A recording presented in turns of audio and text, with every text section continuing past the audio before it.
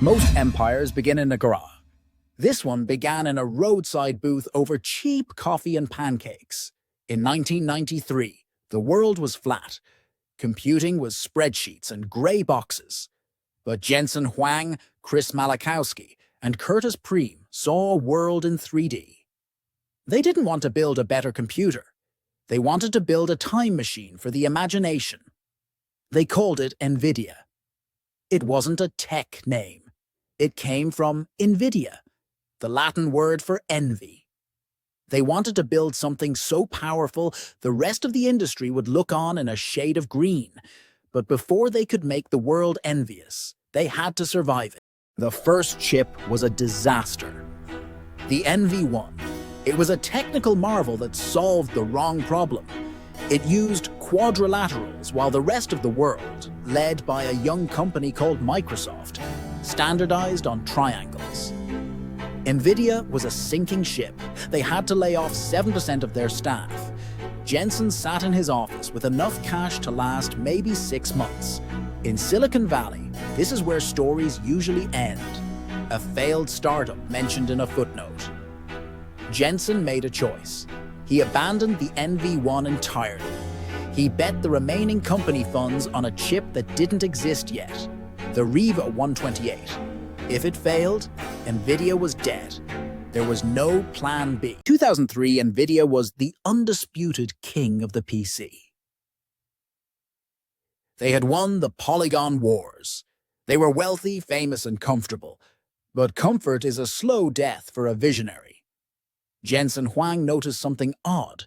While gamers used his chips to render textures, a handful of rogue scientists were hacking them. They weren't playing games. They were using the GPU's massive parallel power to simulate molecules and predict weather. Jensen realized his toy was actually a supercomputer in disguise. He decided to unlock it, but the price of that key would nearly destroy the company's reputation on Wall Street. NVIDIA unveiled CUDA.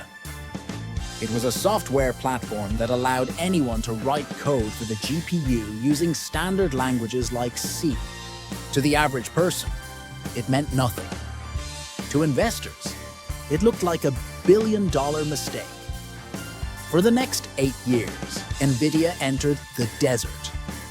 They spent billions of dollars adding extra silicon to every chip to support CUDA, silicon that 99% of their customers didn't use. It made the chips more expensive and harder to build. Analysts called it Jensen's vanity project. The stock price flatlined. For a decade, NVIDIA was a walking dead company in the eyes of the market. Jensen didn't blink. He told his engineers, "Build it, and they will come." He wasn't waiting for gamers. He was waiting for a breakthrough in a field that most people thought was a dead end. Artificial intelligence. 28 was a lightning bolt. It was 400 faster than anything else on the market. Suddenly, the envy started to set in. By 1999, they did something that changed the dictionary of technology.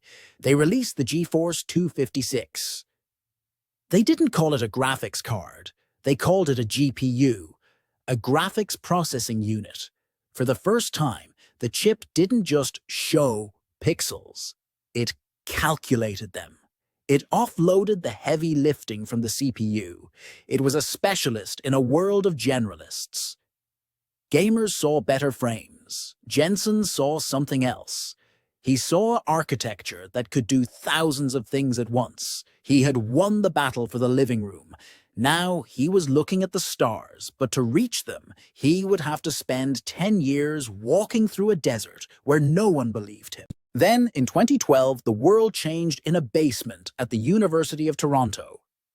A researcher named Alex Krzyzewski used 2 NVIDIA GTX 580 cards to train a neural network called AlexNet. It didn't just win the world's most difficult image recognition contest, it crushed it. The AI winter was over. In a single moment, every tech giant on Earth realized that the highway Jensen had been building in the desert for 10 years was the only road to the future. The gamble had paid off. NVIDIA wasn't a graphics company anymore. It had become the forge where the future of human intelligence would be hammered out.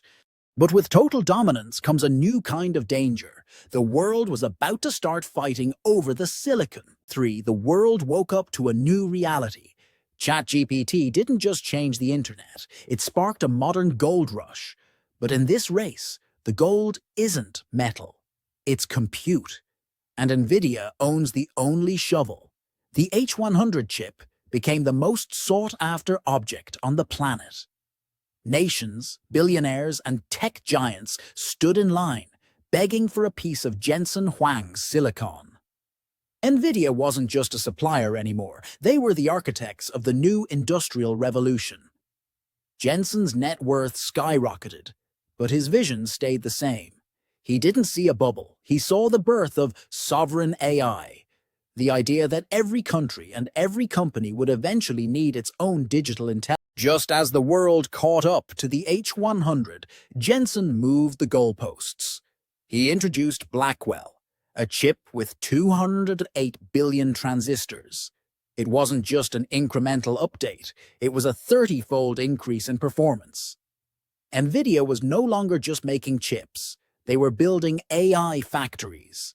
They integrated hardware, software, and networking into a single closed ecosystem.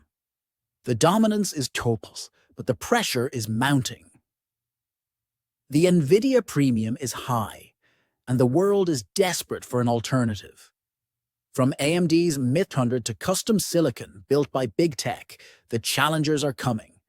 But NVIDIA has a 10-year head start in software.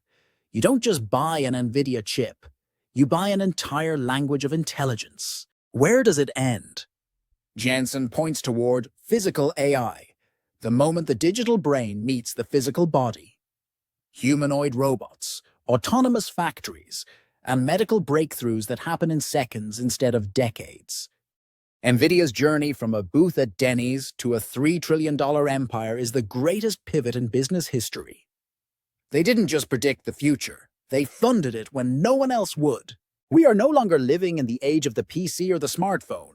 We are living in the age of NVIDIA. And Jensen Huang is just getting started.